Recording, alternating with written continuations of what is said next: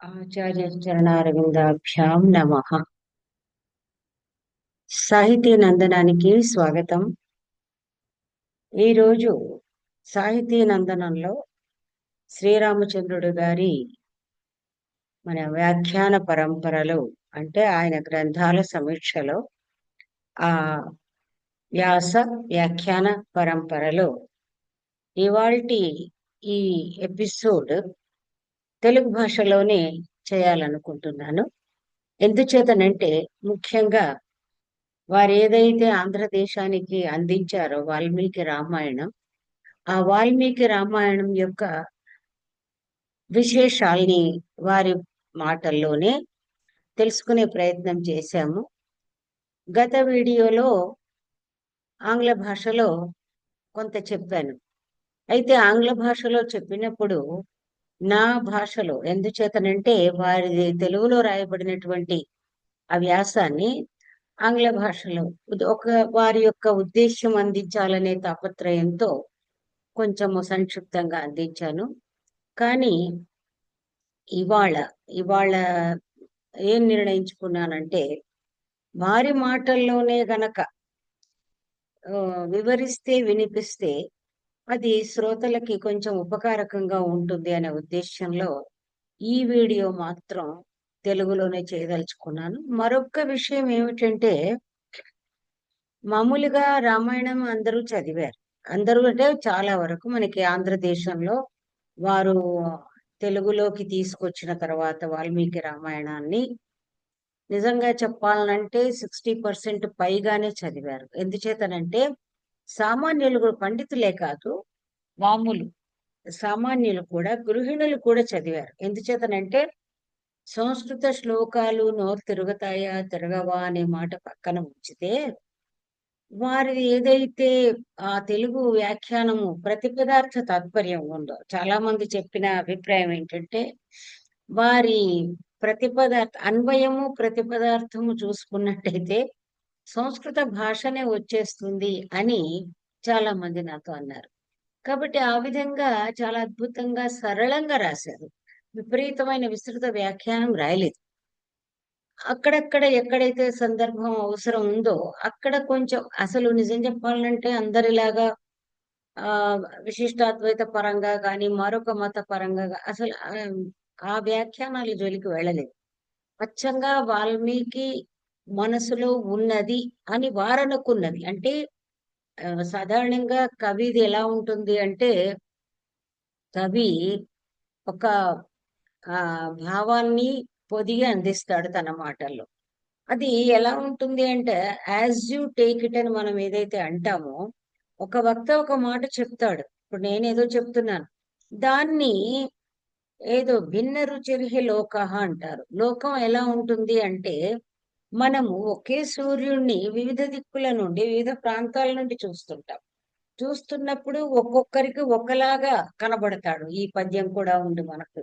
ఒకే సూర్యుడు ఏ విధంగా అయితే ఒక్కొక్క చోటు నుండి భిన్న భిన్నంగా కనబడతాడో, అదే విధంగా ఒక కవి ఒక మాట చెప్పినప్పుడు ఆయన మనసులో ఉన్నది ఏది అనేది, అది చాలా గహనమైన విషయం. ఎంతమంది పట్టుకుంటారు. కానీ అందరూ ఏమనుకుంటారు అంటే, సాధారణంగా మానవునికి ఆత్మవిశ్వాసం ఎక్కువ. ఎన్ని వేదాంతాలు పలికినా తన మీద తనకు విశ్వాసం ఎక్కువగా ఉంటుంది. ఇది మాత్రం అందరూ ఒప్పుకున్నా ఒప్పుకోకపోయినా ఉన్నటువంటి వాస్తవం అన్నమాట. అందువల్ల ఆత్మవిశ్వాసంతో నేనే సరిగ్గా కవి భావాన్ని అర్థం చేసుకున్నాను, నేనే సరిగా కవి హృదయాన్ని పట్టుకున్నాను అని సాధారణంగా అలాంటి విషయాలు చెప్పడానికి ప్రయత్నిస్తూ ఉంటారు. అందువల్ల కవి చెప్పే మాటల్లో సో అసలు భాషకున్న గొప్పతనం అలాంటిది. ఆ పదానికి, ఒక్కొక్క పదానికి ఎన్నో ఎన్నో అర్థాలు ఉంటాయి. మూలమైన పద ఏదైతే ధాతు ఉంటుందో, ఏ రూట్ అంటాం, ఏ ధాతువు నుండి ఆ పదము నిష్పన్నమవుతుందో ఆ రూట్ బేస్ గా చేసుకుని చాలా అర్థాలు ఉంటాయి. ఇది మామూలుగా మనకు తెలుగు భాషలోనే ఉందంటే, హిందీ ఇత్యాదుల్లోనే ఉందంటే, సంస్కృత భాష ధాతూనాం అనేకార్థత్వాత్ అని వాళ్ళు ముందే చెప్పేశారు. మీరు ఒకసారి పాణినీయ ధాతు పాఠం చదువు సంస్కృత పాండిత్యం అక్కర్లేదు. పాణినీయ ధాతుపాఠం తీసుకున్నట్టయితే సింపుల్ నాలెడ్జ్ వాళ్ళకు కూడా ఒక ధాతువుకి ఎన్ని అర్థాలు ఉన్నాయో అక్కడ ఇవ్వబడుతుంది. అన్ని అర్థాలలో కవి ఉద్దేశ్యం ఏ ఉద్దేశంతో ఆ పదం వాడాడు అనేది చాలా కష్టతరమైన విషయం. అయితే మామూలుగా పైన ఏదైతే ఒకటి వాక్యార్థం కనబడుతూ ఉంటుందో అది సాధారణంగా బేస్ చేసుకుని ఇచ్చేది ఏదైతే ఉంటుందో అది ప్రతిపదార్థము, అన్వయము, ప్రతిపదార్థము, తాత్పర్యం అంతవరకు. ఇంకా విశేషార్థాలు మన మన స్తోమతను బట్టి మన మేధాశక్తికి అనుగుణంగా తీసుకుంటారు. అందుకే దానిలోనే ఏదో వ్యంగ్యార్థం అంటారు. వ్యంగ్యార్థం అంటే వెర్రి వెక్కిరి అని వెక్కిరింపని కాదు. కొంచెం సంస్కృతం చదువుకున్న వాళ్ళకి వ్యంగ్యార్థం అంటే దానిలో దాగిన నిగూఢార్థం అన్నమాట. సో ఇత్యాదులవన్నీ ఉంటాయి. అందుచేత ఇక్కడ ఆచార్యవర్యులు ఏం చేశారు అంటే సాధారణంగా ప్రతిపదార్థాన్ని బేస్ గా చేసుకొని చెప్పారు. ఎక్కడ అలంకారాలు ఉంటే అంతే చెప్పారు. అందువల్ల శ్రోతలకు బరువెక్కకుండా అంటే ఆయన పదానికి స్థూలంగా అంటే మనకి పైకి కనబడే అర్థాన్ని అందించి వదిలేశారు. ఎక్కడన్నా అభిప్రాయ వ్యక్తీకరణ అవసరమైతే ఆయన వి అని పెట్టి వివరణాన్ని ఇస్తారు గ్రంథంలో. కాబట్టి ఇంకా మిగిలింది మనం ఊహకి అందుకోవచ్చు. అయితే ఆ విధంగా రామాయణం రాసినప్పటికీ ఆయనకి దాహం తీరలేదు. పిపాస అంటాము. పిపాస అంటే దాహం, పాతం ఇచ్ఛ, ఇంకా ఇంకా ఇంకా ఆస్వాదించాలనే కోరిక, ఇంకా తాగాలనే కోరిక, ఇంకా సేవించాలనే కోరిక. ఆ విధంగా ఆచార్యవరులకి ఆ పిపాస అసలు ఉపశమించలేదు. కాబట్టి ఏం చేశారు, వారు ఏం చేశారంటే చాలా చోట్ల రామాయణాన్ని గురించి ఎన్ని వందల సంఖ్యలో ఆయన ఉపన్యాసాలు ఇచ్చారు. ఎక్కడ వెళ్ళినా కూడా సరే శిష్యగణంతో చర్చించడము, మా లాంటి వాళ్ళతో చర్చించడము, మా లాంటి వాళ్ళకి బోధించడం అదంతా ఒక ఎత్తు. ఇలా కాకుండా ఏం చేశారంటే అప్పుడప్పుడు అడిగినప్పుడు సందర్భానుసారంగా ఆ రామాయణాన్ని గురించి మన వ్యాసాలు, నిబంధాలు అంటాం కదా, ఆర్టికల్స్ కూడా రాస్తూ వచ్చారు. అలా రాసినటువంటి ఆర్టికల్స్ అన్నిటినీ మీకు ఇంతకు ముందే పరిచయం చేశాను. ఏం చేశారు, వారి వ్యాసాలన్నీ ఒక దగ్గర చేర్చమన్నారు. ఆంగ్లంలో ఉన్నవిను తెలుగులో ఉన్నవి. అప్పుడు ఏం చేశారు వారు, పుల్లెల వారి వ్యాసమంజరి అనే ఒక శీర్షికతో చాలా పెద్ద పుస్తకం, మీకు ఆల్రెడీ చూపించి ఉంటాను. So it is very big one, అన్నిటిలాగే వాల్యూమైనస్ 1 అన్నమాట. సో ఇది మొత్తంగా ఆర్టికల్ సంఖ్య ఇప్పుడు చెప్పలేము కానీ, కౌంట్ చేయలేదు కానీ, ఇది 560 పేజీల ఉద్గ్రంథం అయ్యేది. దీనిలోంచి నేను పోయినసారి అంతకు ముందు సారి వెతుక్కున్నది ఏమిటంటే వాల్మీకి భాష కవిత్వం. ఎందుచేతనంటే వాల్మీకి ఆది కవి అవడం వల్ల, అంటే మొదటిసారిగా ఛందోబద్ధంగా వెలువడిన కావ్యము సంస్కృత భాషలో రామాయణం అని పండితులందరూ కూడా అంగీకరించిన విషయం, భారతీయ విద్వాంసులందరూ అంగీకరించిన విషయం. మనకు మామూలుగా టెక్నికల్ ఎవిడెన్స్ అనేది పక్కన పెట్టుకుంటే లిటరరీ ఎవిడెన్స్ కూడా హిస్టారికల్ గా ప్రామాణ్యం ఉంది, ప్రాధాన్యం కూడా ఉంది. అది లేదనుకుంటే దాన్ని మనం ఏం లేదనుకునే వాళ్ళతో తర్కించడానికి ఏం లేదు, కానీ ప్రామాణ్యం ఉంది. Literary evidences also are accepted. ఆ విధంగా విద్వాంసుల అభిప్రాయం ప్రకారం అన్నింటినీ మించి ప్రతి కవి కూడా ముందుగా ఆదికవి వాల్మీకి ప్రణమిల్లే తమ తమ వర్క్స్ ప్రారంభించారు. కాబట్టి మహామహులు రాజాస్థానాల్ని అలంకరించినటువంటి కవులు వాల్మీకి ప్రణమిల్లారు. కాబట్టి అది కూడా ఒక ప్రమాణము. ఇప్పుడు ఇంతగా మేము రామచంద్రుడు గారిని గురించి చెప్తున్నాము అంటే ఎంతో మంది ఆయన శిష్య పరంపర ఉన్నారు. ఓహో, రామచంద్రుడు అనే వ్యక్తి, శ్రీరామచంద్రుడు గారు అనే వ్యక్తి ఆంధ్రదేశంలో విలసిల్లారు, ఆయన ఇన్ని రాశారు అంటే పుకిటి పురాణం కాదు సుమ. మా లాంటి వాళ్ళము మేము అక్కడ ఒక స్టాండింగ్ ఎగ్జాంపుల్ అంటారు. సో ఆ విధంగా మేమే ఆయన విజయకేతనాలుగా అక్కడ మేము ఉన్నామన్నమాట. ఆ విధంగా వాల్మీకి భాష అంటే వాల్మీకి నుండే అందరూ కూడా ఆ అలంకార సామగ్రిని అందుకున్నారు, ఆ భాష సరళిని అందుకున్నారు. అందువల్ల కవిత్వము భాష అనేది కవిత్వము అనగానే ఊరికే జస్ట్ ఏదో మామూలుగా మనకి ఈ రోజుల్లో బీట్స్ మాట్లాడతారు కదా, నాకైతే నచ్చింది నీకైతే నచ్చలేదు అంటే కూడా దాన్ని మ్యూజిక్ కొట్టేస్తారు. అది కవిత్వం కాదు. పాడిన ప్రతిదీ సంగీతం కాదు, రాసిన ప్రతిదీ కవిత్వం కాదు. ఎవరు ఏమనుకున్నా శ్రోతలేమనుకున్నా నా అభిప్రాయాన్ని నేను వెలిబుచ్చుతున్నాను. మనం రాసినంత మాత్రాన రాసిన ప్రతిదీ కూడా కవి క్రాంతదర్శి అంటారు. అంటే ఏదైతే కవి మామూలుగా ఉన్నదానికంటే దాన్ని అతిక్రమించి ఒక దృశ్యాన్ని చూడగలుగుతాడో, ఒక వ్యక్తి జీవితాన్ని నిర్వచించగలుగుతాడో అతడే కవి అవుతాడు. కానీ ఏదో రిపోర్ట్ రాసినట్టుగా ఈనాడు పేపరో మరొక పేపరో అది తీసి మనం వీఆర్ నాట్ జర్నలిస్ట్, రిపోర్టర్స్ కాదు. కవులు జర్నలిస్టులు కారు. జర్నలిస్టులు అనేవాళ్ళు సమాచారాన్ని పోగు చేస్తారు. నేను I'm not news reader here. News reader వాళ్ళు ఏం చేస్తారు, ఉన్నది వార్త ఉన్నది ఉన్నట్టుగా ఇది వార్త శ్రూయంతం అని చెప్తారు. అలా కాకుండా కవి అన్నప్పుడు మనం చూసుకున్నట్టయితే ఆ పొయెటిక్ దానిలో ఎలా ఉంటుంది అంటే వాళ్ళు ఉన్నదానికంటే ఇంకా కొంచెం లోతుగా తరచి చూసి తమకు తోచినటువంటి మామూలుగా చెప్తే అది కవిత్వం కాదు. అందమైన పదాల కూర్పులతో. ఇప్పుడు పూలన్నీ ఉంటాయండి. చెట్టు మీద ఉంటాయి పూలు, చెట్టు కింద పారిజాతాలు రాలి ఉంటాయి, అన్ని రాలి ఉంటాయి. అంత మాత్రం చేత అది మాల కాదు. ఆ పూలన్నీ ఏరి అన్ని తీసి మనం మామూలుగా బంతి పూలు మనకు బయట మార్కెట్లో అమ్ముతారు, మీకు తెలుసు. సో బంతి పూలన్నీ ఒక దగ్గర చేర్చి కూర్చితే అది మాల కాదు. ఏ పువ్వు పక్కన ఏ పువ్వు పెట్టాలి, ఏ సైజు పక్కన ఏ సైజు పెట్టాలి, పచ్చలే పెట్టాలా, పచ్చది ఎరుపుది పెట్టాలా, మధ్యన ఏమన్నా ఆకులు పెట్టాలా, మీరు పెళ్లి అలంకరణ మంటపాలు చూసిన ఇట్స్ ఎన్ ఆర్ట్. ఎంత అసలు వేలు వేలు వేలు లక్షల్లో సంపాదిస్తున్నారు ఆ కూర్పుకే. ఒక కొబ్బరి పందిరి అదొక కూర్పు. మామూలుగా కొబ్బరాకులు మామూలుగా ఉంటాయి, మన ఇంట్లో కూడా కొబ్బరి చెట్లు ఉండొచ్చు. దాంతో మనం ఏం చేయగలం, వాళ్ళు అందమైన పందిరి చేస్తారు, అందమైన మాలలు అల్లుతారు. ఆ పూలు మన ఇంట్లో కూడా ఉంటాయి. కాబట్టి పూల జడ కొనుక్కొస్తారు, వాళ్ళు కుట్టలేక, అంత అందంగా కుట్టలేక రెడీమేడ్ తెచ్చుకుంటారు. అంటే అది కళాత్మకమైంది. అదే విధంగా పదాలన్నీ భాషలో మనకున్నవే. మనకున్న 56 అక్షరాలు తెలుగులో అదే మహాకవిత్వానికి, నన్నయ్య భారతానికి, పోతన భాగవతానికి దారితీస్తుంది. అదే విధంగా ఓ 40, 42 అని చెప్పబడేటువంటి, ఎందుకంటే వాళ్ళ అచ్చులు హల్లులు కలిపి, ఎందుకంటే మనకి ఎళ, క్ష, రౌతి ఇట్లాంటివి ఉండవు సంస్కృతంలో. అవన్నీ కూడా సంయుక్త అక్షరాల్లోకి వస్తాయి. కాబట్టి ఆ ఉన్న కొన్ని అక్షరాలతోటి ఇంత విశాల వాంగ్మయం ఏర్పడింది.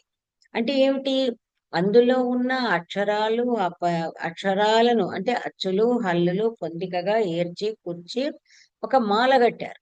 మొదట మాల ఎవరు మోడల్ కట్టాడు అంటే వాల్మీకి మహర్షి ఉన్న పదాలతో చాలా అందంగా మా నిషాద అనే దాని నుండి మొదలయ్యి చాలా అందంగా కడుతూ వెళ్ళాడు. అది అందరికీ ఏమయ్యింది, వాల్మీకి ఎక్కడా కూడా నా కవిత్వాన్ని మీరు ఆదరించండి. ఇప్పుడు మనం నిజంగా చెప్పాలంటే మనం ఇప్పుడు ఇలా మాట్లాడుతూ ఉన్నప్పుడు ఏం చేస్తాము, షేర్, లైక్, షేర్, సబ్స్క్రైబ్ అని కొడతారు. అఫ్ కోర్స్ నేను అది చేయలేదండి. నా వీడియోస్కి ఎక్కడా కూడా you will not find like, share, subscribe అనేది ఉండదు. ఈ లైక్, షేర్, సబ్స్క్రైబ్ అనేది వాల్మీకి ఎప్పుడూ కూడా ఆశించలేదు. ఆయన దాన్ని ఆచరించలేదు. నాది చదువుకోండి అని పబ్లిసిటీ పెట్టలేదు, గ్రంథావిష్కరణ సభలు పెట్టలేదు. కాబట్టి అది ఆటోమేటిక్ గా ఆ నోట ఈ నోట, అది ఎందుకంటే గానం చేయబడింది, సభల్లో గానం చేయబడింది, ముని ఆశ్రమాల్లో గానం చేయబడింది. అక్కడి నుంచి అది ఆదరణను అందుకుని వెళ్ళిపోయింది, సాగింది. యుగ యుగాల పర్యంతం అది నడుస్తూ ఉంది. ఎవరు వద్దన్నా నడుస్తోంది, ఎవరు కావాలన్నా నడుస్తోంది. అది ఏమంటాం, నిరాఘాతంగా వెళుతూనే వెళుతూనే వెళుతూనే ఉండి ఇతర భాషల్లో కూడా వెళ్ళిపోయింది, ఇతర దేశాల్లోకి వెళ్ళిపోయింది. ఆ విధంగా దాని ప్రాచుర్యాన్ని నిజంగా చెప్పాలంటే ఆ ప్రాచుర్యానికి కారణం ఎవరము, మీరు కాదు, నేను కాదు, ఎవరూ కాదు. ఆ గ్రంథము ఒక సూర్యుడి వెలుగుండి, సూర్యుడి వెలుగును ఎవరైనా వర్ణిస్తారు. చంద్రుడి కాంతి ఉంది, వర్ణించకుండా ఎలా ఉంటారు, అది కనబడుతోంది. ఆ విధంగా వాల్మీకి కవి సౌందర్యం కూడా అందరినీ ఆకట్టుకుంది. ఈ భాష, ఆ భాష, ఫారిన్, ఇండియా, మన స్వదేశము, విదేశం అనే భేదం లేకుండా మొత్తము విశ్వవ్యాప్తంగా కూడా ఆ అద్భుతమైనటువంటి గ్రంథము ఆదరణను పొందింది. ఇది ఉపోద్ఘాతము రామాయణానికి. ఎందుచేత అంటే అందులో ఎక్కడ అశ్లీలము కాని, ఒక రకమైన హింసాత్మకమైనది కాని వర్ణన ఎక్కడా లేదు. చెప్పాల్సిందంతా కూడా అందంగా చెప్పాడు. యుద్ధాన్ని కూడా అందంగా వర్ణించాడు. సముద్ర లంఘనాన్ని అందంగా వర్ణించాడు. ఆ శోక ఘట్టాలను కూడా మనసు కదిలిచ్చేట్టుగా వర్ణించాడు. వికృతంగా ఎక్కడ మనకు వర్ణన కనబడదు. కాబట్టి ఆ వాల్మీకి సరే తర్వాత మరో సందర్భంలో భారతాన్ని గురించి చెప్పుకున్నాం. ఆ విధంగా చెప్పడం వల్ల ఏమైపోయిందంటే అది వింటుంటే మన నయనానంద నిజంగా విజువలైజ్ చేసుకుంటాం. నయనానందం కాదు అది మనం. కానీ సినిమాలు మనం చూసాం కదా, ఎన్ని వచ్చాయి రామాయణం. అంతెందుకండి, రామానంద్ సాగర్ రామాయణం ఎన్ని రోజులే ధారావాహికంగా సంవత్సరాల కొద్దీ నడిచింది కదా. ఆ తర్వాత ఇప్పటికి వేసుకొని చూస్తూనే ఉన్నారు. అంటే రామాయణం అనేది అంత హాయిగా, అంత హృద్యంగా నడిచింది. ఆ విషయాన్ని ఒక 10 సంవత్సరాలు తపస్సు చేసి తెలుగులోకి తీసుకొచ్చిన శ్రీరామచంద్రుడు గారు ఏం చేశారంటే, ఆయన అక్షరం అక్షరం అక్షరం అక్షరం నమిలి నమిలి నమిలి ఎంత ఆస్వాదించారు, ఎంత రసాన్ని తీసుకున్నారు. ఆయన 3 ప్రూఫ్లు చూశారు, మళ్ళీ ప్రింట్ అయినప్పుడు చూశారు, మళ్ళీ ప్రింట్ అయినప్పుడు చూశారు. ఆ విధంగా ఆస్వాదిస్తూ అంతటితో ఆగకుండా చాలా చక్కటి ఆర్టికల్స్ రాశారు. అందులో ఒక ఆర్టికల్, దాన్ని నేను ముందుంచుకుని మాట్లాడబోతున్నాను. అక్కడక్కడ వారి మాటలే. ఎందుచేతనంటే నేను ఈ కార్యక్రమం తలపెట్టిందే వారిని గూర్చి, వారి కృతులను గూర్చి పరిచయం చేయడానికి, నా వాక్చాతుర్యాన్ని ప్రదర్శించడానికి కాదు. కాబట్టి ఇది వారి మాటల్లోనే మనం నడిస్తే చాలా బాగుంటుందనే ఉద్దేశ్యం. ఈ విధంగా ఇక్కడ వారు ఏం చెప్తూ ఉంటారు అంటే, మామూలుగా ఒక్కొక్క దానిలో ఎలా ఉంటుంది అనేది ఇక్కడ కొన్ని కొన్ని అక్కడక్కడ నేను వారి మాటలు చదువుతాను. వర్ణ్యమాన విషయానికి అనుకూలమైన శబ్దాలను ఎన్నుకోవడంలో కూడా వాల్మీకి సిద్ధాస్తుడు. అంటే మామూలుగా ఆ ఏదైతే మనం వర్ణించాలనుకుంటున్నాడో దానికి తగిన పదాలను ఎన్నుకుంటాడు అని చెప్పి అక్కడ ఏం చెప్తున్నారు, సోదాహరణంగా మాట్లాడతారు ఆచార్యులు. ఉదాహరణ లేకుండా ఏదో తన స్పీచ్ లాగా ఇవ్వరు. శ్రీరామాదులు కోసల దేశం దాటి అరణ్యంలో ప్రవేశించినట్లుగా వర్ణించే ఘట్టం ఒకటి ఉంది. ఆ ఘట్టంలో వాల్మీకి ఏమంటాడు, విశాలాన్ కోసలాన్ రమ్యాన్ తీర్త్వా లక్ష్మణ పూర్వజ అంటే ఒక్కొక్క సెంటెన్స్ కోట్ చేస్తారు గురుగారు అని అంటాడు. ఇక్కడ ప్రయోగించిన దీర్ఘాచ్చులు విశాలాన్, కోసలాన్, రమ్యాన్, తీర్త్వా అన్నట్టుగా కోసల దేశ వైశాల్యాన్ని సూచిస్తాయి. అంటే ఆయన అసలు పదంలోనే మనం అంటాం కదా, బారు జడ అని చెప్తాం మనం. బారు జడ అని ఎందుకు, మామూలుగా బారు జడ బదులు పెద్ద జడ అనొచ్చు కదా. పొడవైన నది, దీర్ఘంగా, అమ్మో చాలా దూరంగా. అంటే ఇదంతా ఏమిటి, మనము దూరం అంటేనే అర్థమైపోతుంది డిస్టెన్స్ అని, కానీ చాలా దూరంగా, బారుడ్ అంటే కొంతెత్తి ఇలా మాట్లాడతాం మనం. ఇది పదాల ఎన్నిక ఆటోమేటిక్ గా. ఒక మంచి స్పీకర్ ఉన్నాడంటే ఇలాంటివన్నీ చేస్తాడు. కాబట్టి ఇక్కడ ఆ విశాలానని అనడంలో కోసల దేశ వైశాల్యం సూచింపబడుతుంది అన్నాడు. అన్నదానికి మళ్ళీ సపోర్టింగ్. ఇప్పుడు మామూలుగా ఒక మాట చెప్పి వదిలేస్తే సామాన్యులకు అర్థం కాదు. ఎవరైతే చదువుతూ ఉన్నారో వాళ్ళందరికీ కూడా సమాజ పరంగా కూడా స్వానుభవం ఉంది. ఆ స్వానుభవాన్ని గుర్తు చేయడానికి చెప్తున్నారు. మనం మామూలుగా మాట్లాడే సందర్భంలో కూడా చారడేసి కళ్ళు అని అంటూ ఆ కారం అంటే ఆకారం అంటే ఇక్కడ కారప్పుడు కాదండి, ఆ చారడేసి. చారడేసి మీకు అసలు ఈ పదం చాలా విన్నారు ఎవరైనా కూడా. ఓ విశాలమైన నేత్రాలను ఎవరు వాడరు. సంస్కృత పదాలు తెలుగు వాళ్ళం ఇక్కడ వాడతాము. అమ్మో చారడేసి కళ్ళు, మోచ ముఖమంతా కళ్ళే అని మాట్లాడతాం కదా. అక్కడ కూడా చారడేస్ అని ఎట్లా అంటాము? అమ్మో ముఖమంతా అని అంటాము. అంటే నిజంగా ముఖమంతా ఉంటాయా? చారడేసి ఉంటాయా అంటే చారడేసి కళ్ళు అని అంటూ ఆ అనే ఆ అక్షరం మీద ఒత్తి దీ ఎక్కువ దీర్ఘం చేసి ఉచ్చరించడం అందరికీ తెలిసిందే కదా అంటారన్నమాట.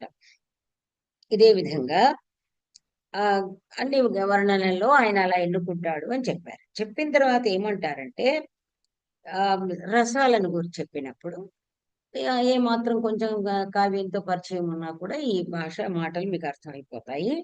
ఈ మహాకావ్యంలో కొద్దిగానో గొప్పగానో అన్ని రసాలకు అనుప్రవేశం ఉన్నది. నేను ఇంతకు ముందు కూడా చెప్పాను. ముందుగా 8 రసాలని భరతుడు చెప్పాడు. భరతుడు చెప్పిన దాన్ని బట్టి వాల్మీకి రామాయణం రచించలేదు. రామాయణాన్ని కళ్ళ ముందు ఉంచుకుని భరతుడు రసాలు ఎన్నో చెప్పాడు. అయితే మహాభారతం కూడా చదివిన తర్వాత దాని యొక్క పర్యవసానం అంతా చూసిన తర్వాత ఒక రకమైన విరక్తి అనేది మనిషికి మనసులో కలుగుతుంది అనే ఉద్దేశ్యంతో అలంకారికుడు అంటే చాలాసార్లు మీకు చెప్పాను. అలంకార శాస్త్రం అంటేనే కావ్య విమర్శ శాస్త్రం. ఆ కావ్యాలను గురించి చెప్పే సందర్భంలో ఆనందవర్ధనుడు ఏం చెప్పాడు? మహాభారతంలో శాంతరసం ప్రధానంగా అని చెప్పాడు అనమాట.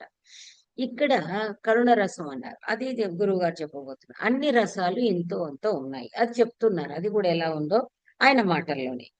వివిధ భావాలు చిత్రింపబడినవి. ఓ భావాలు అసలు మీకు ఇందులో ఒకసారి ఇదే సిరీస్ లో పరిచయం చేశాను. రామాయణంలో మనోభావ లహరి విలాసాలు అనేది కూడా చాలా బ్రీఫ్ గా మొత్తం చెప్పాను కదా మీకు. మొత్తం గనక వర్ణించినట్టు అయితే ఏమవుతుంది అంటే అప్పుడు టోటల్ గా ఒక అసలు నాది కూడా ఒక ప్రవచనం కింద అయిపోతుంది. అది వీడియోలు పుంఖాను పుంఖాలుగా పంపించాల్సి వస్తుంది. అది నా ప్రధాన ఉద్దేశ్యం కాదు. ఎందుచేతనంటే వారి గ్రంథాలే 100 పైన ఉన్నాయి. ఆ 100 గ్రంథాలు పరిచయం చేయాలంటేనే 100 వీడియోస్ చేయాల్సి వస్తుంది. అందులోను ఒక గ్రంథాన్ని గురించి చెప్పడానికి ఒక వీడియో సరిపోదు. కాబట్టి ఇది ఒక జీవిత కాలం నడిచేటువంటి నిరంతర యజ్ఞం అన్నమాట. అందువల్ల మామూలుగా చిన్న బ్రీఫ్ గా ఏదైతే ఉందో అలా చెప్పదలుచుకున్నాను. వివిధ భావాలు చిత్రింపబడ్డాయి. సుందర యుద్ధ కాండలలో వీరరసం ఎక్కువగా చోటు చేసుకున్నది. వీరరసం అన్నప్పుడు ఏముంటుంది మీకు? వీరము భయానకము ఏమంటాయో ఆపోజిట్ ఉంటాయి. మీకు మళ్ళీ రస సిద్ధాంతం వేరనుకోండి. వీరరసం ఏమిటంటే ఒక వ్యక్తిలోని పరాక్రమము వర్ణిస్తే మామూలుగా యుద్ధ సమయంలో వర్ణించినా కూడా అది నాయకుడికి ఎప్పుడైతే అతని వీరోచితమైనటువంటి ఆ విన్యాసాలు ఉంటాయో ఏదైనా అక్కడికి చాలా అది మనకు వీరరసానికి ప్రతీక అవుతే దానికి బలి అయిన వాళ్ళు ఎవరైతే ఉంటారో ఎవరైతే హతులవుతారో అక్కడ మనకి బీభత్స భయానకాలు మనకి కనబడతాయి అన్నమాట. ఇది కూడా చాలా బ్యూటిఫుల్ గా కావ్యాలను గురించి మాట్లాడితే ఈ రోజుల్లో ఎవరి కావ్యాలు కావాలి కానీ చాలా అందమైన చర్చ. హౌ బ్యూటిఫుల్ అనేది ఎందుచేతనంటే ఇప్పుడు శోచనీయం ఏమిటంటే చాలా మామూలుగా ఇది ఎవరు కూడా చలనచిత్ర దర్శకులు చూడరు కాబట్టి దిగులు లేదు కానీ వాళ్ళెవరికి కూడా ఇప్పుడు డబ్బు ఇంపార్టెంట్ కాబట్టి క్యాష్ ఓరియంటెడ్ ఏ మసాలా వేసి బిర్యానీలు తింటున్నారు కదా అందరూ. హైదరాబాద్ బిర్యానీ అదే విధంగా సినిమాను కూడా బిర్యానీ ఆ బిర్యానీ పేర్లతో కూడా సినిమాలు వచ్చాయి. కాబట్టి సినిమాలో ఏ మసాలా ఇవ్వాలి, ఏ టైప్ ఆఫ్ బిర్యానీ ఇవ్వాలనే ఆలోచనే తప్ప నిజం దాని వల్ల విజ్ఞానము వినోదం అంటారా? వినోదం అంటే అది వినోదము ఏ రకమైన వినోదం అనే దానికి వచ్చి మనకు అది అప్రస్తుతాంశం. అందువల్ల ఇక్కడ అన్ని రసాలు ఉన్నాయి. సుందరకాండలో ఆ ఆంజనేయ స్వామి వెళుతూ ఉన్నటువంటి ఆ సందర్భంలో అద్భుతమైనటువంటి వీర రసవర్ణనం ఉంది. యుద్ధకాండల్లో కూడా వీళ్ళ యొక్క యుద్ధము యుద్ధ చాతుర్యము ఇవన్నీ రావణుడిది కానీ ఎవరిది కానీ వీరరసం అంతా ఉంది. అయితే ఇక్కడ ఎందుకు మరి రామాయణం కరుణరస ప్రధానం అన్నారంటే గురువు గారు చెప్తున్నారు ప్రారంభం నుంచి చివరి వరకు కరుణరసం అనుస్యూతంగా నిర్వహింపబడింది. ఈ కరుణరసం అనేటప్పటికీ మామూలుగా మనము జనరల్ గా ఏమనుకుంటాము? కరుణరసం అనగానే ఏడుపు గొట్టు, ఏడుపు, శోకము అంటారు. ఎందుకంటే కరుణకి స్థాయి భావము శోకము అనేది ఉంది. అయితే శోకం అంటే ఏడుస్తూ ఉండడం అనేది అర్థం కాదు. ఇక్కడ శోకం అనేది ఒక పాత్రలో ఒక వ్యక్తికి సంబంధించి ఉంటుంది. దాన్ని చూసి ఎవరి మనసులో అయితే ఒక రకమైనటువంటి ఇంగ్లీష్ లో సింపతి ఎంపతి ఎట్సెట్రా అంటారు, ఒక రకమైన సహ అనుభూతి, అంటే ఆ బాధ తమకే కలిగినట్టుగా హృదయము ద్రవిస్తుందో ఆర్ద్రమవుతుందో అది కరుణ రసం. చాలా మంది ఏమనుకుంటారు, శృంగార రసం అనుకోగానే వీళ్ళు బెడ్రూమ్ లో చేసేది శృంగార రసం అనుకుంటారు. అయ్యయ్యో, అది చాలా తప్పు. రసం అనేది ఏమిటి అంటే, రసం అనేది, మీరు please make it very clear, అనుభవము రసము కాదు. రసము ఆస్వాదనము, అనుభవము. మామూలుగా ఒక వ్యక్తి యుద్ధం చేస్తూ ఉంటే ఆ ఎదురుగ్గా ఉన్నవాడు కవి ఊహించుకుని తర్వాత రాస్తే అది వీరరసం అయ్యింది కానీ, అతనేమో యుద్ధం చేస్తా ఉంటే ఆహా ఎంత అందంగా రక్తం కారుతుంది అని ఎవడన్నా అక్కడ కూర్చుని అనుకుంటాడా? అనుకోడు. అనుభవం వేరు. యుద్ధ రంగంలో ఏదైతే ఉంటారో ఆ ఆ అవస్థ వర్ణనాతీతమై ఉంటుంది. అదే విధంగా ఇప్పుడు ఒక వ్యక్తి శోకానికి గురైనప్పుడు విహ్వలంగా ఏడుస్తూ ఉంటే అదే మనకి ఆ మామూలుగా చూసేవాడికి ఆహా కరుణరసం అనుకుంటే అంతకంటే బుద్ధిహీనత లేదు. అయితే మనకు ఉదాహరణ చెప్తాను. ఇప్పుడు మామూలుగా ఎన్నో కావ్యాలు బయలుదేరాయి. ఇప్పుడు పల్నాటి యుద్ధం అన్నారు, బొబ్బిలి యుద్ధం అన్నారు. అవన్నీ సినిమాలుగా మనం ఎంజాయ్ చేసాము. కానీ నిజంగా యుద్ధంలో మనం కనుక ఇన్వాల్వ్ అయ్యి ఉంటే మనం ఎంజాయ్ చేస్తామా? ఆ రాజు వాళ్ళు కరకర కత్తులతో పొడి చంపుతుంటే ఎంజాయ్ చేస్తామా? నిన్న మొన్నటి ఏమంటాం మనం? ఏదో మామూలుగా నిన్న మొన్న జరిగినటువంటి ఏవైతే అకృత్యాలు ఉన్నాయో, ఉగ్రవాదులు ఏవైతే ఉంటాయో దాన్ని కూర్చి వర్ణించినప్పుడు కానీ, లేదా దాన్ని ఓ నాటకంగా రూపుదిద్దినప్పుడు కానీ, అప్పుడు మనము దాన్ని పదే పదే చూడాలనుకుంటాము కానీ పదే పదే ఆ సంఘటన జరగాలనుకోము. ఆహా ఎంత బాగా ప్రదర్శించారు అని అక్కడ ఆ దృశ్యాలు ఎప్పుడో జరిగింది ఇప్పుడే జరుగుతున్నట్టుగా హృదయం బరువెక్కి కళ్ళల్లో నీళ్ళొచ్చి ఆవేశం వచ్చి వాడు ఎదురుగ్గా ఉంటే చంపేద్దామా అన్నంత. చిన్న పిల్లలైతే అంతే, ఆ గుర్రాలు పరిగెడుతుంటే వీళ్ళు ఎగురుతూ ఉంటారు. సో ఇదేదైతే ఉంటుందో దట్ ఈజ్ ఆ ఆస్వాదన, ఇట్ ఈస్ కాల్డ్ రస. అది గుర్తుపెట్టుకోండి. అదే విధంగా మా శృంగార రసం అంటారు. బాబు శృంగారం రసం నీవు చేసే శృంగారం రసం కాదురా. శృంగారము అని అంటే అసలు యాక్చువల్గా అందుకే దాని స్థాయి భావం రతి. అన్యోన్యంగా ప్రేమతో ఉండడం ఏదైతే ఉంటుందో అన్యోన్య ప్రేమ సంగమం. అది ఎప్పుడైతే సినిమా రూపంలో వస్తుందో, ఎప్పుడైతే నాటక రూపంలో వస్తుందో, ఎప్పుడైతే గేయ రూపంలో వస్తుందో, ఒక శ్లోక రూపంలో వస్తుందో, అప్పుడు శ్రోతలకి హృదయాన్ని గిలిగింతలు పెడుతుంది.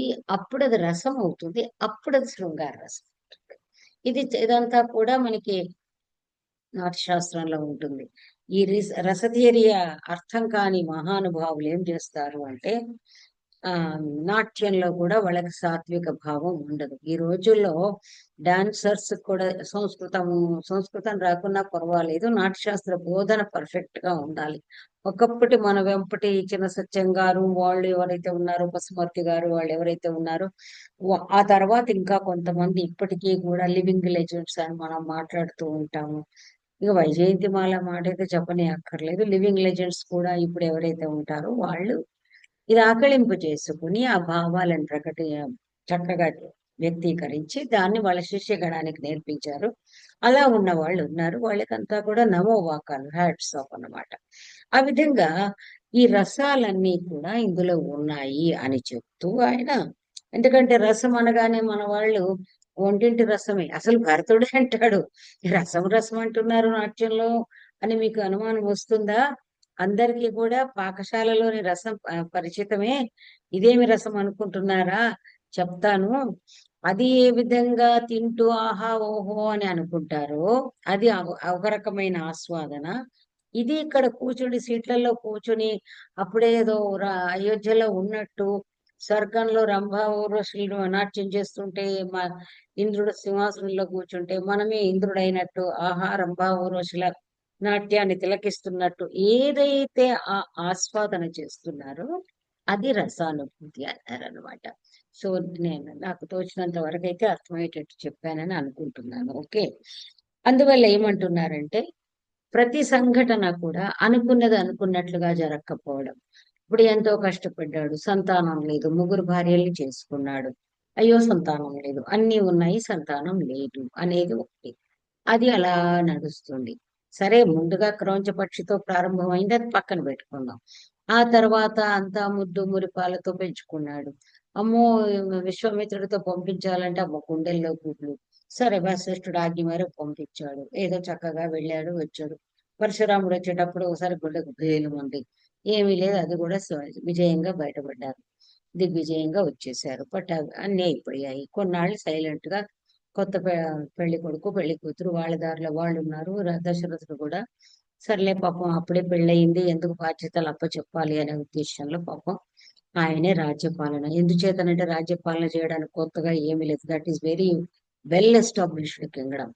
మనలాగా ఇప్పటిలాగా వరల్డ్ బ్యాంక్ వెళదామా, అక్కడ వెళదామా, ఇక్కడ వెళదామా అని కాదు. సస్య సంపద ఉంది, ఉన్న దానితో ప్రజలు కూడా సంతృప్త జీవనులుగా ఉన్నారు. అందరికీ కూడా ప్రొఫెషనల్ నిరుద్యోగ సమస్య లేదు. అందరూ కూడా కుల వృత్తుల్లో బిజీ ఉన్నారు.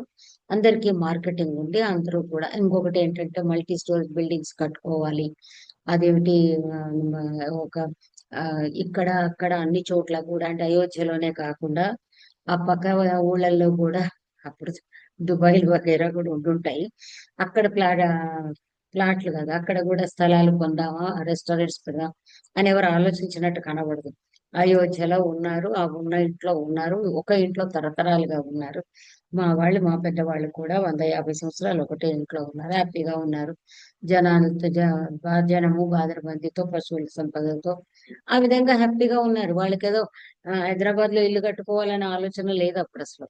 కాబట్టి ఈ విధంగా ఉన్నారు. అలా ఉన్నప్పుడు ఆ పట్టాభిషేకం అనుకున్నాడు పాపం పెద్ద ఆయన. అనుకున్న మరుక్షణం ఏదో గుట్టుచప్పుడు కాకుండా భరతుడు వచ్చేలోగా చేద్దాం అనుకున్నాడు. ఇవన్నీ కూడా రామాయణంలో వస్తాయి. ఆయనకి ఏమిటి కంగారు అంటే భరతుడి పట్ల అనుమానం లేదు. కానీ సాధారణంగా ఏమంటారు, శుభస్య శీఘ్రం అనే ఒక మాట. ఏదన్నా మంచి తల పెడితే అతనేమో మేనమామ ఇంటికి వెళ్ళాడు. మంచిట హాయిగా పెళ్లిళ్ళు చేసుకున్నారు, ఎక్కడి వాళ్ళు అక్కడ హ్యాపీ ఎంజాయ్మెంట్. మేనమామ మనం అంటాం కదా, తల్లి కంటే కూడా మేనమామ చాలా ప్రియమైన వాడు ఎవరికైనా కూడా. కాబట్టి మేనమామ ఇంటికి వెళ్ళారనుకోండి, అసలు మరి అత్తగారింట్లో పిల్లనిచ్చిన మామగారింటికి వెళితే అంత ఎంజాయ్మెంట్ ఉండదు. హాయిగా మేనమామ ఇంటికి వెళ్ళినాడు అనుకోండి, సుఖమే సుఖం. అందుకని భరతుడు శత్రుడు హ్యాపీగా వెళ్ళిపోయారు, అక్కడికి మేనమామ దగ్గరికి వెళ్ళిపోయారు. వీళ్ళు ఏం చేశారు, వీళ్ళు ఇక్కడ రామలక్ష్మణులు ఏదో వీళ్ళు ఇక్కడ హ్యాపీగా వీళ్ళు ఉన్నారు. కాబట్టి సరేలే మరి ఇంకొకటి, పెద్దవాడికి రాజ్యం ఇక్కడ చాలా పొలిటికల్ ఇష్యూస్ కూడా మీకు నేను షేర్ చేస్తున్నాను, గురువు గారి మాటలే కాకుండా. ఎందుకంటే గురువు గారు ఇవన్నీ వివరించడం వల్ల I'm able to understand it. ఇప్పుడు అక్కడ సరే, ఎలాగూ మన పట్టాభిషేకం చెయ్యాలి, జ్యేష్ఠుడు కాబట్టి రాముడికి చెయ్యాలి. సరే, కైకేయికి వరాలు ఇచ్చాడు కానీ కైకేయి ఈ వరం అడుగుతుంది అని దశరథుడు ఎలా అనుకుంటాడండి? ఆడవాళ్ళు వరాలు అడిగారంటే ప్రామిస్ అడిగారంటే ఏదో ముచ్చటగా భార్య పక్కన చేరినప్పుడు ఏం కావాలి నీకు అంటాడు, ఏదో మ్యారేజ్ గిఫ్ట్. నీ ఆస్తంతా నా పేరు మీద పెట్టు అని అంటుందనేది ఏ మొగుడు ఊహించాడండి? ఊహిస్తే గనక అసలు వరాలే ఇవ్వరు. నీదంతా ఆస్తి నా పేరు మీద పెట్టంటే తెల్లవారి ఆవిడ పలాయనం చిత్తగిస్తే, అందువల్ల అలా ఎవరు ఊహించరు. కాబట్టి ఏం చేసుకున్నప్పుడు 2 వరాలు ఇచ్చాడు. ఎస్, నా ప్రాణాన్ని నువ్వు కాపాడావు, నీకు ఏదంటే అది ఇస్తానన్నాడు, అంతవరకు. అందువల్ల ఆయన అందరితో చర్చించాలనుకోలేదు. బికాజ్ ఆయన రాజు. ఆయన మాటకి వీళ్ళు ఎదురు చెప్తారని గాని, అభ్యంతరం వస్తుంది అని గాని దశరథుడు ఊహించలేదు. దశరథుడి స్థానంలో మనం ఉన్నా అలాంటి అనుమానమే రాదండి మనకు. కాకపోతే ఏం చేశాడు, ఆయన చేసినటువంటి గొప్ప పొలిటికల్ ఒక, మీరు పొలిటికల్ స్ట్రాటజీ చూసుకోండి. యాక్చువల్ గా పొలిటికల్ విజ్డమ్ ఎవరైనా ఇది చూడాలి. ఏం చేశాడు, రాముడు పెద్ద కొడుకు, రాముడు వినయ విద్య అన్ని విద్యా వినయ సంపన్నుడు, అందగాడైతే నిజంగా చెప్పాలంటే రాముడి అందము ఇది అది అని కాదండి. ఇది ఇక్కడ ప్రస్తుతమో అప్రస్తుతమో గాని ఎవరు అన్నారు, ఆ ఎన్టీఆర్ రాముడి దీనికి ఎలా సరిపోయాడు అంటే, ఆల్మోస్ట్ రామాయణంలో రాముడికి వర్ణించినటువంటి ఫిజిక్ వర్ణనం, భుజాలు ఎట్లా ఉన్నాయో ఆల్మోస్ట్ అలాంటివి కొన్ని అతనిలో ఉన్నాయి. కొన్ని అంటే అన్ని నేను చెప్పడానికి అథారిటీ కాదు అన్నారు. అన్నట్టుగా రాముడు సమ విభక్తాంగ, ప్రపోర్షనేట్ బాడీ. మీరు అందరిని చూసుకుంటే వాళ్ళు పొట్టిగా ఉంటారు, వాడి ముక్కు కోటేరు ముక్కు కంటే ఇంకా కొంచెం ముందుకు జరిగి ఉంటుంది. ఓ మాట గరికపాటి గారు మాట్లాడుతూ అన్నారు, ఎన్టీ రామారావు ముక్కుకి కోటి వచ్చు అన్నారు. అది అతిశయోక్తి కాదు. ఎందుకంటే అంత పర్ఫెక్ట్ గా ఎందుకంటే ఫేస్ లో తగినంత కళ్ళు అంతే ఉండడం అనేది ఆల్ దిస్ అంటే ఆజానుబాహు అంటే ఎంతవరకు పొడుగైన చేతులు అంటే ఎంతవరకు అంతవరకే ఉండాలి. ఆ హైట్ కూడా ప్రపోర్షనేట్ గా ఉండాలి. కొంతమంది చూపిస్తారు ఏదో 7 అడుగులు అంటే బాబోయ్ నాకైతే భయం వేస్తుంది. అది అబ్నార్మల్ అన్నమాట. అంటే ఈ విధంగా ఆ రోజుల్లో ఆఫ్ కోర్స్ ఉంటే అది మనం చెప్పలేము అనుకోండి. మళ్ళీ నన్ను తప్పు పట్టకండి. బట్ జనరల్ గా మనం చూస్తున్నప్పుడు అబ్బా కొంచెం ఎత్తు పిల్ల దొరకడం కష్టం అవుతుందిలేండి. అది of course will understand. So ఈ విధంగా అన్ని విధాల అందగాడు. ఆ తర్వాత నీల అంటే యాక్చువల్ గా శ్యామ వర్ణం అన్నప్పుడు సాముల అని హిందీలో అంటారు. దట్ ఈస్ నాట్ అసలు ఇండియన్ బ్రౌన్ అనుకోవాలేమో.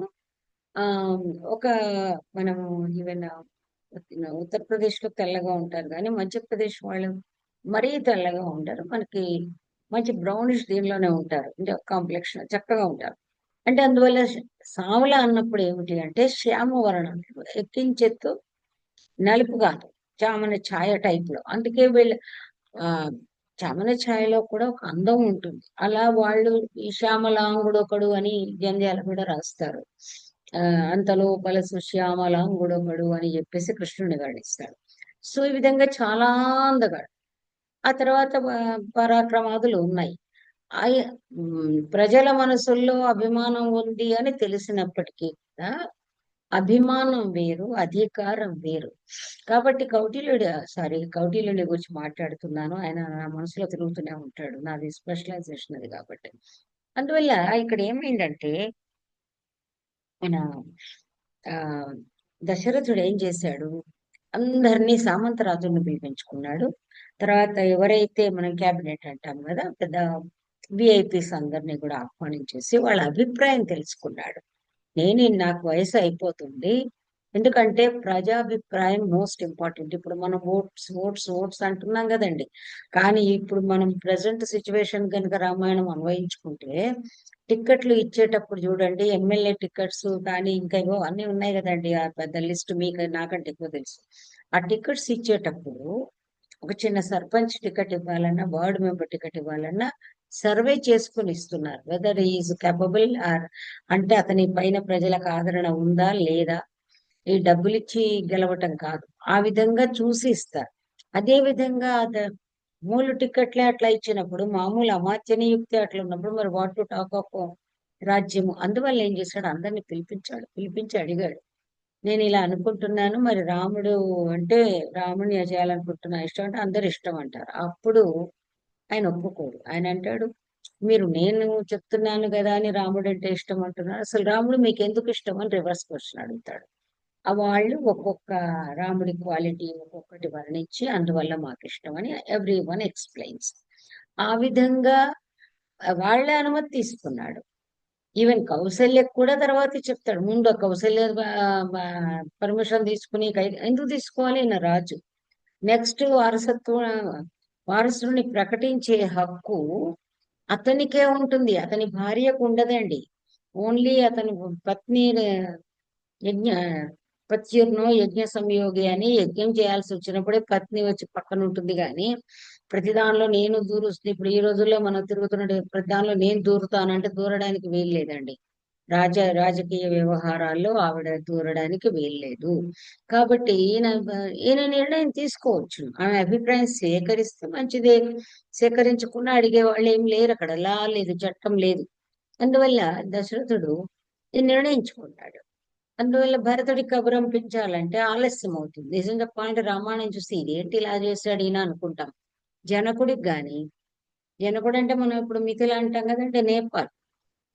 సో ఇది కేకయ్య రాజ్యం కూడా దూరమే ఉంది. అందువల్లనే వాళ్ళు వచ్చేటప్పటికి కూడా ఆలస్యం అవుతుంది. చూడండి, అతని శవాన్ని కూడా తైల పీఠికలో పెడతారు. ఆ రోజుల్లో ఆ నిలవ ఉంచడానికి తైలం, ఏ టైప్ ఆఫ్ తైలం వాడేవాళ్ళు మనకు తెలియదు. దానిలో ప్రిజర్వ్ చేసేవాళ్ళు బాడీని. ఈ రోజుల్లో అంటే కెమికల్స్ పెడుతున్నారు ఐస్ బాక్స్ లో. కానీ అది అన్ని చాలా చాలా సైంటిఫిక్ మెథడ్స్ మనకు కనబడతాయి రామాయణం చదివితే, కొంచెం బుర్ర పెట్టి చదివితే. సో అందువలన ఆయన వాళ్ళకి కబురంపించలేదు. కబురంపించినా they cannot reach in that time. అది ఇంకోటి ఏంటంటే ఒక మంచి ముహూర్తం ఉంటుంది. ఆ ముహూర్తంలోగా అయిపోవాలి. మా మరి ఆ ముహూర్తం అంత మంచి ముహూర్తం అయితే క్యాన్సిల్ ఎందుకు అయిందనేది నాలాంటి వాళ్ళకే వచ్చేస్తది. అది కొన్ని ఎలా ఉంటాయి అంటే మూడొంతులు బాగున్నా ఒక వంతు బాలేకపోతే ఒక వంతు ఆ టైంకి వెళ్ళినప్పుడు వస్తుంది. దానికి అఫ్కోర్స్ చెప్పడానికి సమర్థించడానికి నాకు జ్యోతిష్యంతో అసలు పరిచయం లేదు. అందువల్ల దాన్ని గురించినటువంటి వివాదం జోలికి పోవట్లేదు. కానీ ఆ విధంగా ఆయన ఏం చేశాడు, వాళ్ళెవరికీ చెప్పకుండానే గబగబా ముందుగా అది అరేంజ్మెంట్స్ చేశాడు. అంతవరకు బాగుంది. పట్టాభిషేకం అవుతుందని కౌసల్యాదేవికి తెలుసు. వీళ్ళను దీక్షగా ఉండమంటారు. ఎందుకంటే మన పట్టాభిషేకానికి ముందు చాలా వ్రత దీక్ష ఇవన్నీ మనకు కూడా ఉన్నాయండి. పెళ్లి కంటే ముందు మనం కుల దేవతా స్థాపన చేసుకుంటాము. అవన్నీ చేస్తాము. ముడుపులు కట్టడాలు ఎన్ని ఉంటాయండి, మనకు చాలా ఉంటాయి. అలాగే పట్టాభిషేకమా తమాషానా. ఇప్పుడు ఈ రోజుల్లో కూడా వీళ్ళందరికీ నమ్మకాలు ఉన్నాయి. లోపల లోపల వాళ్ళు ఏం పూజలు చేస్తారో, ఏం ఉపవాసాలు మనకు చెప్తారేంటి. సో ఆ విధంగా అన్ని చేసిన తర్వాత వాళ్ళు ఉపవాస దీక్షలు కూడా చేసిన తర్వాత చివరికి చూడండి మీరు, there are slips between cup and lip అనేదో ఇంగ్లీష్ లో చెప్తారు. మనకు చాలా అందంగా కనబడుతుంది. ఇలా దీన్నే భాసుడు ప్రతిమా నాటకంలో అద్భుతంగా వర్ణిస్తాడు. అసలు ఈ విధంగా ముందు చెప్పడం కాదు. అందులో అయితే ఆయన ఇంకొంచెం ఎక్స్ట్రీమ్ వెళ్ళిపోతాడు. కల్పన కదా, అంతా అయిపోయింది, అంతా అసలు అట్లా కూర్చున్నాడు. ఆ అభిషేకం అంటే నీళ్లు పోస్తారు, ప్యూరిఫికేషన్. మనం పెళ్లికి ముందు స్నాతకం అని అదే చేసినప్పుడు కూడా మీరు ఏదో ఏళ్ళ హల్దీ హల్దీ అని మునుగుతున్నారు కదా, ఆ టైప్ అన్నమాట. ఆ విధంగా ఇలా తల మీద జలం ఇట్లా పడబోతుందట. చాలా బాగా వర్ణిస్తాడు భాసుడు. అప్పుడు ఎవరో వచ్చి దశరథ చెవిలో ఏదో అన్నాడు. అంతే, నేను రాజును కాదని వెళ్ళి భార్యకు చెప్తాడనమాట. అంటే అన్ని అయ్యాయి చూడండి. ఆ మరుక్షణంలో రాముడు బాధపడలేదు, నేను బాధపడలేదని చెప్తాడు. అదని పక్కన పెడతాం. సో అంటే అక్కడ ఏమయ్యింది అసలు ఒక సెకండ్ లిప్త మాత్రంలో సీన్ అంతా రివర్స్ అయిపోయింది. ఆ రివర్స్ అయిపోవడంలో అది కరుణ కాదా? రామునికి సింహాసనం పట్ల ఆసక్తి లేకపోయి ఉండొచ్చు. అవతార పురుషుడో జితేంద్రియుడో ఏమని అనుకోండి. వట్టపోటు తల్లి కౌసల్య మామూలు మాతృమూర్తి. వట్టపోటు సీతకు రాముడు ఉంటే చాలు. సీత కూడా ఎక్కడా కూడా దీనిపట్ల. కానీ ప్రజలు అంటే ఎక్కడ ఒక రకమైన గ్లూమీ అట్మాస్ఫియర్ ఏర్పడలేదు. ఒక రకమైన నిశ్శబ్దమైన నీరవమైన ఒకానొక వాతావరణం ఏర్పడుతుంది. ఈ విధంగా రాముడి వనవాసం వెళ్ళిన తర్వాత అయోధ్య నగరం అంతా శోకమయం అయిపోతుంది. ఈ విధంగా మనం చూసినప్పుడు సుందరకాండలో కూడా ఓన్లీ వర్ణనలు బాగుంటాయి. కిష్కింధలో మళ్ళీ రోదనమే ఉంటుంది రాముడికి. అందువల్ల గురువు గారు ఏం చెప్పారు, కరుణరసం అలా అనుస్యూతంగా అంటే లింక్ లాగా వెళ్తుంది. ప్రతి ఒక దారం ఎలా ఉంటుందో దారాన్ని కూర్చుకుంటూ వెళ్తాం మనం. కాబట్టి ఆ కరుణ అనేది ఏదైతే స్ట్రింగ్ ఉందో అది అలా ఉంటుంది. ఒక్కొక్క సంఘటన, ఒకసారి మంచి పువ్వు వస్తుంది, ఒకసారి మామూలు పువ్వు వస్తుంది, అలా కూర్చుకుంటూ వెళ్ళిపోతా. అలా అనుస్యూతంగా ఉండి కరుణ రసం అని గురువు గారు ఇక్కడ చెప్పారన్నమాట. సో అది చెప్పడానికే మీకు ఇంత ఉపోద్ఘాతం చెప్పాల్సి వచ్చింది. కరుణ అందువల్ల ఇక్కడ మళ్ళీ ఆయన నేను చెప్పడం అంటే నేను ముందు చెప్పడం కాదు. గురువు గారు చదువుకున్న తర్వాత ఎన్నో ఏళ్లకు నేను చదువుకున్నాను. అనుస్యూతంగా నిర్వహింపబడింది. అందుచేత శ్రీమద్ రామాయణంలో ప్రధాన రసం కరుణ రసమే అని ఆలంకారిక మూర్ధన్యుడైన ఆనందవర్ధనుడు సిద్ధాంతీకరించినాడు. అందువల్లనే ఆనందవర్ధనుని చాలా మంది ఒక స్టాండర్డ్ గా తీసుకుంటారు. అసలు రసము రామాయణంలో ఇది అని చెప్పినవాడు, భారతంలో ఇది అని చెప్పినటువంటి ఘంటాపథంగా చెప్పినవాడు మాత్రం ఆనందవర్ధనుడు. కాశ్మీర్ పోయెట్ అద్భుతమైన కవిత్వం రాస్తాడు. కవిత్వం తెలుసు కాబట్టి కవిత్వాన్ని కూర్చి విమర్శించాడు. రామాయణ మహాభారతాలని వాటిని విశ్లేషించాడు. దానితో పాటుగా కాళిదాస్ అంతటి వాడు విమర్శించాడు. కావ్యం ఎలా ఉండాలి, ఇలా ఉండాలి, ఎక్కడా కూడా సరిహద్దు దాటకూడదు, ఎక్కడా కూడా శృంగార వర్ణన శృతి మించకూడదు అని కాళిదాస్ అంతటి వాడిని విమర్శించిన వాడు ఆనందవర్ధనుడు. అందువల్ల ఆయన చాలా హై, ఆ కాశ్మీర్ ఎలాగైతే ఉన్నత ప్రదేశంలో ఉందో ఈయన కూడా హైయెస్ట్ దీనిలోనే ఉంటాడు. ఆ తర్వాత వీరరసంతో సహా మిగిలిన అన్ని రసాలు అంగరసాలే. ఎక్కడైనా సరే మనము మామూలుగా ఇప్పుడు పెళ్లిలో పెళ్లి కొడుకు ఉంటాడు. పెళ్లి కొడుకు తల్లి తండ్రి పెళ్లి కొడుకు కంటే సరే పెళ్లి కూతురు అనుకుందాం. పెళ్లి కూతురు కంటే తల్లి తండ్రి తల్లి ఇంకా అందంగా అలంకరించుకుంటుంది. తోటి పెళ్లి కూతురు ఉంటుంది. ఆమె అందంగా ఉండొచ్చు. అందరూ ఉంటారు. కానీ ఇంపార్టెన్స్ ఈజ్ గివెన్ టు పెళ్లి కూతురు. మిగిలిన వాళ్ళందరూ కూడా ప్రైమరీ ఎవరయ్యా, ఎవరు లేకపోతే ఫంక్షన్ ఆగిపోతే పెళ్లి కూతురే. కాబట్టి ప్రైమరీ అనేది ఏదైతే మనం మాట్లాడతామో అది ప్రధాన రసం. ఆ ప్రధాన రసం అనేది పెళ్లి కూతురు. మిగిలిన వాళ్ళందరూ ఏమిటి అంటే అంగరసాలు. అవన్నీ ఇంపార్టెంట్ కావచ్చు. వీరరసము, హాస్యరసము, ఇంకేదైనా తీసుకోండి. కానీ అవన్నీ కూడా అంగరసాలు చెప్తున్నారు. అయోధ్యాకాండలోని రామ వనవాస ఘట్టాన్ని కానీ, అరణ్య కిష్కింధ కాండలోని రామ విలాప ఘట్టాన్ని కానీ, సుందరకాండలోని సీతావరణన ఘట్టాన్ని కానీ, తారా మండోదర్యాదుల విలాప ఘట్టాలను కాని పఠించి హృదయము ద్రవించని సౌహృదయుడెవడైనా ఉంటాడా? అందువల్లనే ఇక్కడ ఏం చెప్పారయ్యా అంటే కరుణ రసమే ప్రధానము అని చెప్పాడు. ఇంకా ఈ రామాయణాన్ని గురించి తెలుసుకోవాల్సినటువంటి సమాచారం ఎంతో ఉంది. ఈ విధంగానే వచ్చే వారం కూడా వీడియోలో నేను రామాయణం ఇదే గురువు గారు రచించినటువంటి ఈ ఆర్టికలే